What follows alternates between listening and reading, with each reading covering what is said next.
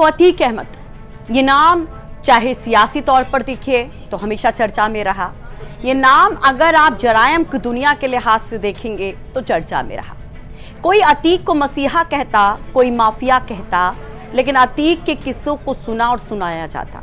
आज उस अतीक का साम्राज्य जब ढहा तो मानो कि कोहराम मच गया प्रयागराज से लेकर के पूरे पूर्वांचल में और लखनऊ तक उसकी धमक सुनाई दी, क्योंकि अतीक का सबसे लाडला बेटा अबान नहीं रहा। अचानक से 21 साल के अबान की मौत ने मानो सबको हक्का बक्का कर दिया और प्रयागराज की चाहे चकिया की बात कीजिए या बाकी इलाकों की, वहां पर एक सन्नाटा सा नजर आता है अबान की मौत के बाद।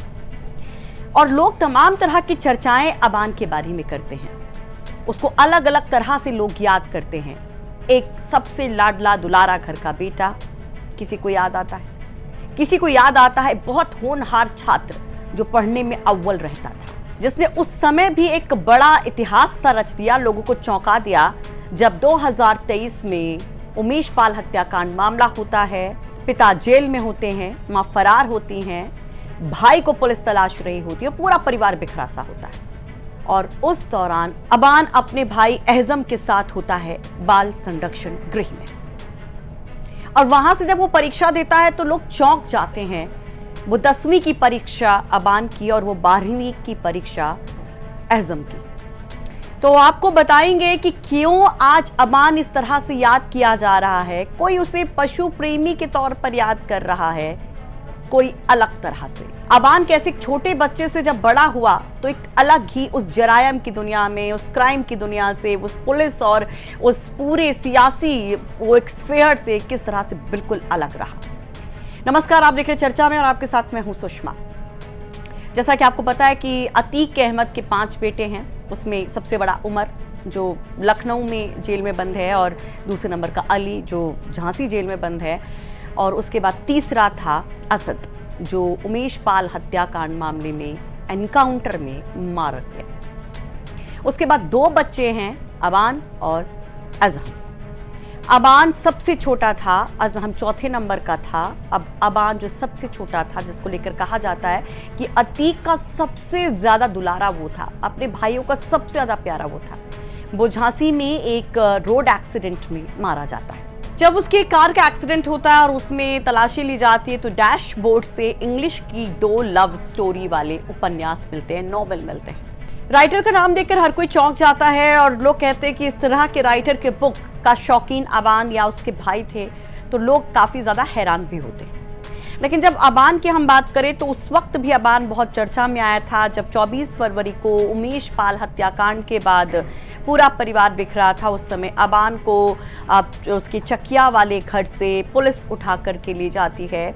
पुलिस की तरफ से कोई ज़्यादा इन्फॉर्मेशन नहीं दी जाती अबान और उसके भाई एहजम के बारे में, और उसके बाद मामला कोर्ट तक जाता है।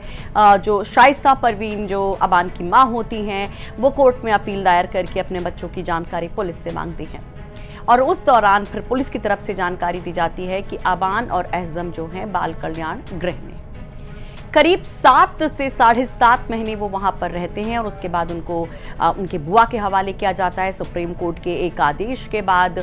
और परवीन कुरैशी उनकी बुआ, वो इनकी कस्टडी लेती है। प्रयागराज के सेंट जोसेफ कॉलेज से वो अपनी पढ़ाई को पूरा करता है और उनके करीबियों के मुताबिक पढ़ाई में वो काफ़ी ठीक था, लोगों से घुलने मिलने में वो काफ़ी सहज रहता था, काफ़ी मिलनसार स्वभाव का था, और इसलिए अपने उस स्फीयर से निकलकर कि अतीक अहमद का वो बेटा है वो लोगों से कनेक्ट करता था। अपने दोस्तों के साथ वो काफ़ी ज़्यादा घुला मिला रहता है। अबान उस वक्त भी चर्चा में आया था जब पिछले साल मई के महीने में वो अपने भाई से मिलने के लिए गया था, अली से मिलने के लिए झांसी जेल गया था। उस वक्त भी उसका एक वीडियो सामने आया था, बहुत ज़्यादा चर्चा उस पर हुई थी। इसके बाद एक मामले में उसके खिलाफ FIR भी होती है। वो अबान जिसका कोई क्रिमिनल रिकॉर्ड नहीं था, जिसके ऊपर कभी कोई आरोप नहीं लगे थे, उसके खिलाफ केस दर्ज होता है। कहा जाता है कि उसने भड़काऊ रील बनाई और उसके खिलाफ वो मामला न केवल दर्ज होता है बल्कि उसके दोस्तों के खिलाफ भी FIR होती है। अब अबान के बारे में और कुछ आपको चौंकाने वाली जानकारी देते हैं कि वो किस तरह से एक मोहब्बत की गिरफ्त में था, और वो मोहब्बत की गिरफ्त उसके लिए बहुत ज़्यादा चर्चा में रही। उस मोहब्बत के बारे में जानिए उसके पहले उसकी उस एजुकेशनल एक बड़े जो एक कीर्तिमान की बात कही गई जिसने हर किसी को हैरान किया, पहले उसके बारे में जानिए। जैसा कि हमने आपको बताया कि करीब 7.5 महीने वो सुधार गृह में रहा, लेकिन उसके बावजूद जो है उसने अपनी पढ़ाई को जारी रखा और बिना नियमित स्कूल गए वो ICSE बोर्ड में काफ़ी ज़्यादा अच्छे नंबरों से पास होता है, जिससे हर कोई हैरान हो जाता है। अबान की स्कूली पढ़ाई बेहद असाधारण कही गई क्योंकि बहुत ज़्यादा मुश्किलें थी। जैसा कि आपको हमने बताया, वो प्रयागराज के प्रतिष्ठित सेंट जोसेफ कॉलेज का स्टूडेंट था। क्लास अटेंड नहीं कर सका, लेकिन उसने हमेशा अपने असाइनमेंट को पूरा किया, अपनी पढ़ाई को कंटिन्यू रखा और समय समय पर अपने प्रोजेक्ट्स को वो जमा करता रहा। और वैसे ही उसका भाई अज़हम भी 2024 में उसने डायरेक्ट एग्जाम दिया। मई 2024 में जब ICSE 10th के बोर्ड्स का रिजल्ट आया तो हर कोई दंग रह गया। अबान ने अब तमाम एडवर्स कंडीशन के बावजूद 68.4% यानी कि करीब 69% अंक हासिल किए थे और उसके भाई अज़हम ने 12वीं में 76.4% अंक हासिल किए थे। अतीक अहमद के बेटों में अगर पढ़ाई का रिकॉर्ड देखें तो सभी काफ़ी अच्छे थे पढ़ने में। अबान का बड़ा भाई असद जो कि झांसी एनकाउंटर मारा गया था, वो भी काफ़ी ज़्यादा अच्छा था पढ़ने में और असद ने लखनऊ के नामी स्कूल से 12th किया था और विदेश जाकर लॉ की पढ़ाई भी करना चाहता था, लेकिन उमेश पाल हत्याकांड में वो सामने आता है उसका नाम और उसके बाद एनकाउंटर में मारा जाता है। अबान की जिस मोहब्बत की हम बात कर रहे थे, चलिए उसके बारे में आपको बता देते हैं। अबान को पशुओं से बहुत प्यार था, उसके 3 कुत्ते थे और उसके साथ की उसकी तस्वीरें भी आज खूब शेयर की जा रही हैं। शैडो, कल्लू, डैनी 3 ही कुत्ते थे विदेशी नस्ल के जो अबान को बहुत प्रिय थे और अबान हमेशा उनकी देखभाल करता था। और जब उमेश पाल हत्याकांड के बाद पूरा परिवार बिखर गया था, तब भी अबान लोगों से उनके बारे में पूछा करता था। उनके रख रखाव के लिए वो बहुत ज़्यादा परेशान रहता था। हालांकि 2 कुत्तों की डेथ कुछ समय के बाद, जब अतीक मारा जाता है उसके कुछ समय के बाद एक साल में और फिर दूसरे साल में हो जाती है। अबान को कबूतरों से भी बड़ा प्यार था, पक्षियों से भी, और उसने एक कबूतर भी पाल रखा था। तो आज जब अबान मारा गया, पहले असद फिर अबान, तो आज अतीक अहमद के सभी बेटों की चर्चा बहुत ज़्यादा। आपको संक्षेप में बताते हैं कि उमर हो, चाहे अली हो, चाहे असद हो, चाहे अबान हो, चाहे अज़हम हो, वो कहाँ पर आज याद किए जा रहे हैं, उनका बैकग्राउंड क्या रहा। सबसे पहले बात करते हैं अतीक अहमद के बड़े बेटे की उमर की। उमर लखनऊ जेल में बंद है और यहाँ पर आपको बताना चाहेंगे कि देवरिया जेल कांड की वजह से उसको यहाँ पर जेल में रखा गया है। देवरिया जेल में बंद अतीक के इशारे पर एक कारोबारी के साथ मारपीट का आरोप उस पर लगा।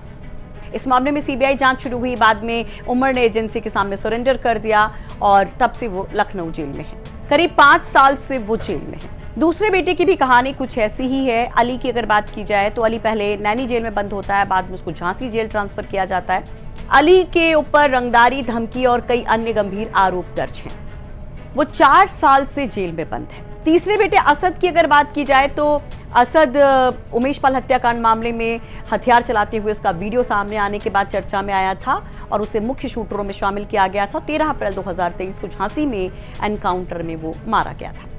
चौथा बेटा अज़हम अभी इन सब से दूर कोलकाता में पढ़ाई कर रहा है। जैसा कि हमने बताया था कि काफी अच्छा वो पढ़ने में था। बाल संरक्षण गृह से निकलने के बाद वो कुछ समय तक प्रयागराज में बुआ के घर पे रहा और बाद में हायर एजुकेशन के लिए कोलकाता चला गया और जो जानकारी मिल रही है वो वहां से लॉ की पढ़ाई कर रहा है। और सबसे छोटा अबान, जिसके बारे में हमने आपको ये तमाम जानकारी दी।